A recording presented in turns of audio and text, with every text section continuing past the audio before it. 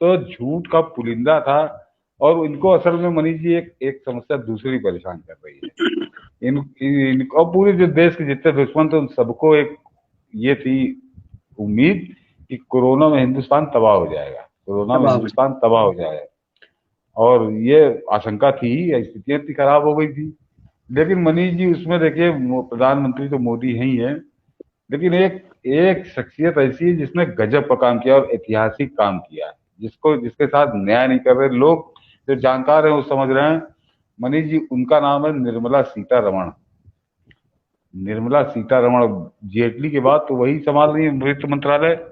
और उन्होंने क्या मैनेजमेंट किया है, वो वास्तव में वो शोध कार्य होगा आने वाले कुछ वर्षों बाद। उनके इस कार्यकाल में लोग शोध करेंगे कि इस महिला ने किया क्या, क्या कमाल किया है।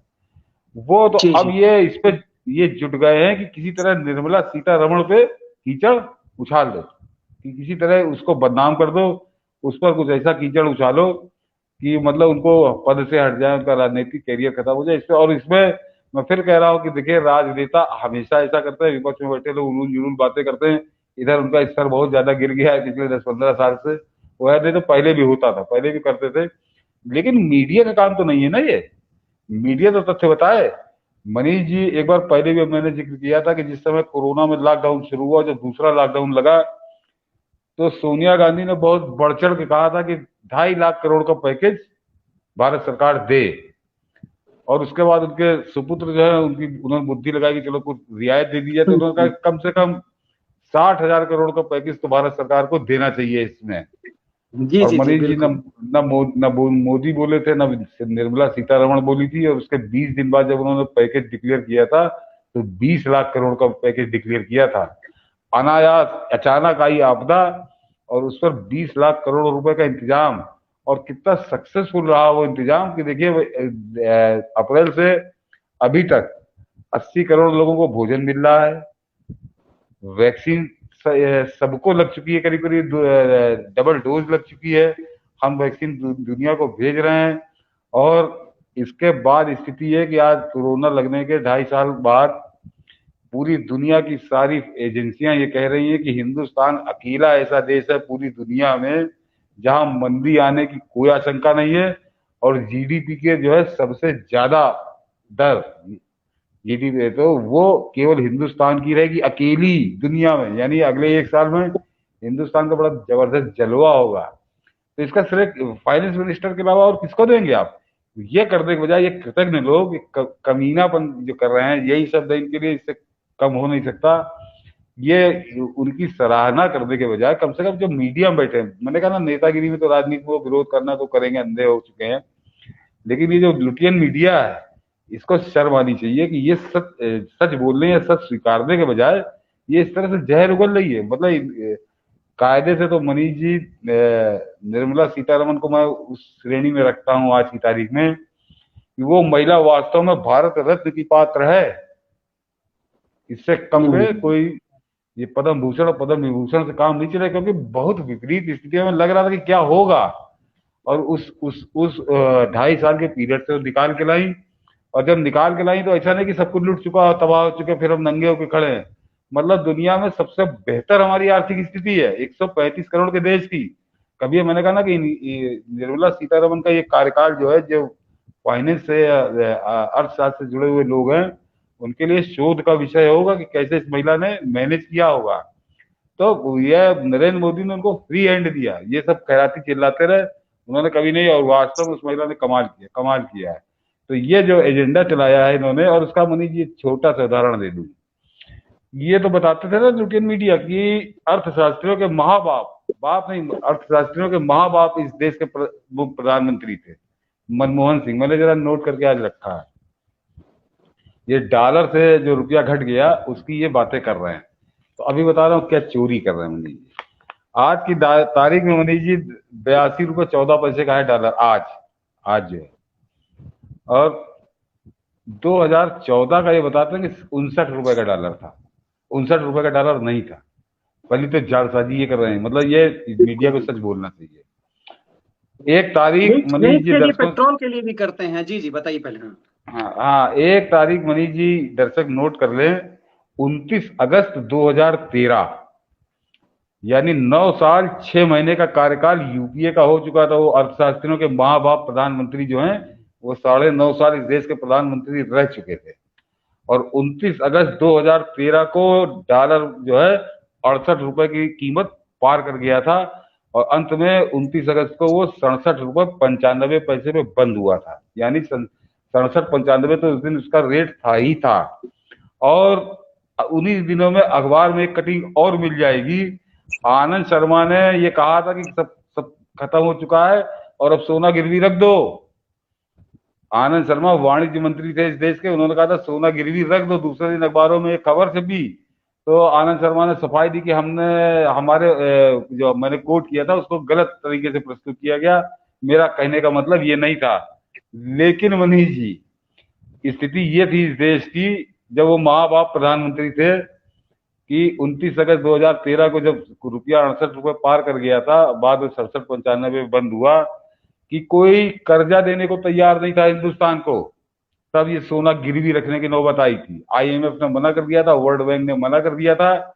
और उसके बाद एक चाल चली इन्होंने कि एफसीएनआर बॉन्ड इन्होंने जारी किए। वो एनआरआई के लिए होते हैं, जो उसको मतलब जिस रेट पे आप पैसा लेते हैं वर्ल्ड बैंक से, आईएमएफ से, उससे कई ज्यादा रेट पे, क्योंकि और कोई दे नहीं रहा था। तो ये फिर सुझाव आया कि तो अमेरिका में इन्होंने जारी किया। और मनीष जी, सितंबर 2013 से मार्च 2013 तक, मतलब 25 बिलियन डॉलर तो इन्होंने तुरंत ही ले लिए थे 2 ही 3 महीने के अंदर। और उसके बाद और बढ़ाते बढ़ाते जब ये इनकी विदाई हुई है मार्च 2022 तक, मार्च 2014 तक, सितंबर 2013 से मार्च 2014 तक, ये 32.32 बिलियन डॉलर कर्जा एफसीएनआर बॉन्ड का ले चुके थे। 3 साल के वो बॉन्ड थे। और वनी जी, दर्शकों को ये भी याद दिला दूं, आप लोग आयल बॉन्ड की हमेशा बात करते हैं।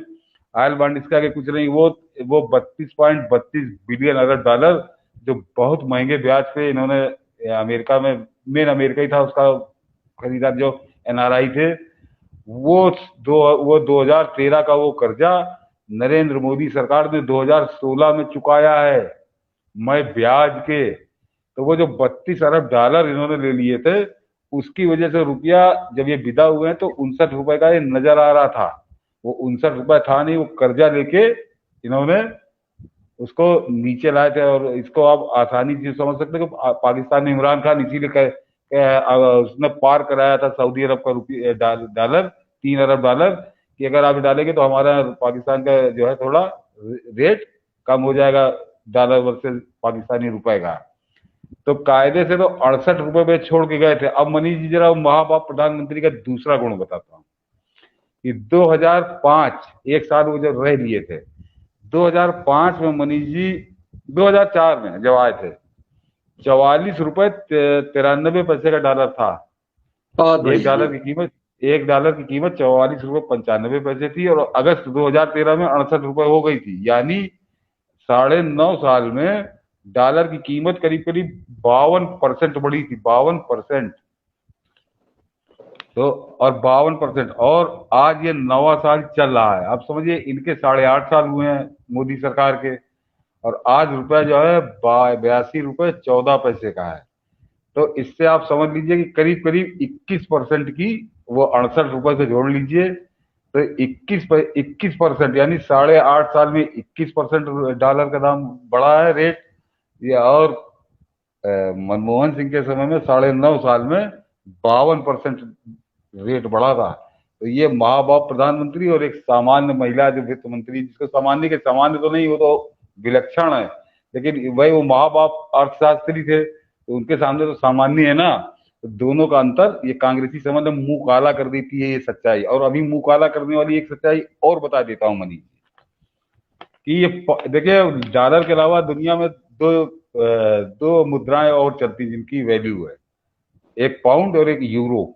एक पाउंड की, एक यूरो की। यह मनीष जी, पाउंड जो है मार्च 2005 में था 80 रुपए 15 पैसे का, मार्च 2005 में। और 2014 में जब ये गए हैं महाबाप अर्थशास्त्री प्रधानमंत्री, तो वो पाउंड हो चुका था 100 रुपए 87 पैसे का, यानी करीब करीब 101 रुपए का। 101 रुपए का हो गया था इनके 9 साल के कार्यकाल में, मार्च 2005 की बात कर रहा हूं मैं। तो और आज मालूम है कितने का है?